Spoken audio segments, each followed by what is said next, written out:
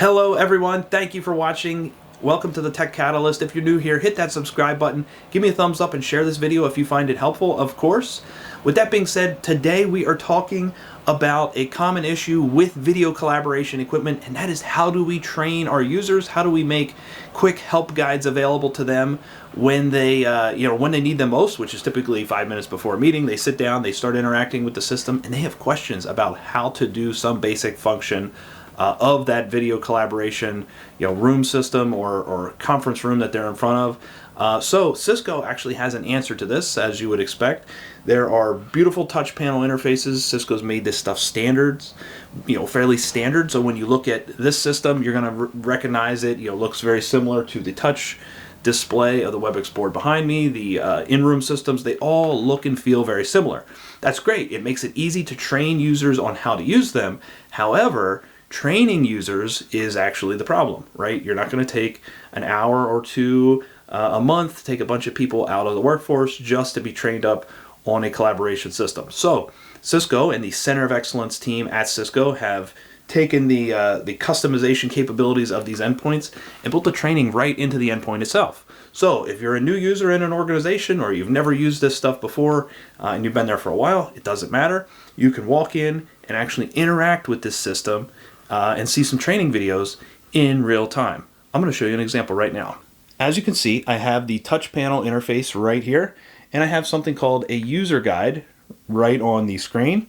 I can tap this user guide button, and I have a user guide menu that appears. How to join a Microsoft meeting, how to join a WebEx meeting, how to join a Google meeting, how to share your screen from your laptop or phone, and how to share using AirPlay.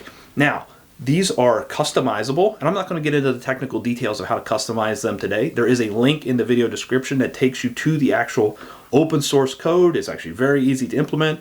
If you guys give me a whole bunch of likes on this video, I'll do another video on how to actually customize it if you would like. But it's very easy to implement. From a technical perspective, you can push this out in bulk to all 5 of your endpoints or all 1,005 of your endpoints, depending on the size of your organization. Now you say, well, when I interact with this, what happens? Well, let's go ahead and pick an option. You have a couple different ways to present content. I find that video, as a YouTube guy, video is the most informative. It shows you the interaction in real time. A lot of users would probably agree with that. You could actually probably present like a PDF or something through this mechanism as well. What am I talking about? Let me show you.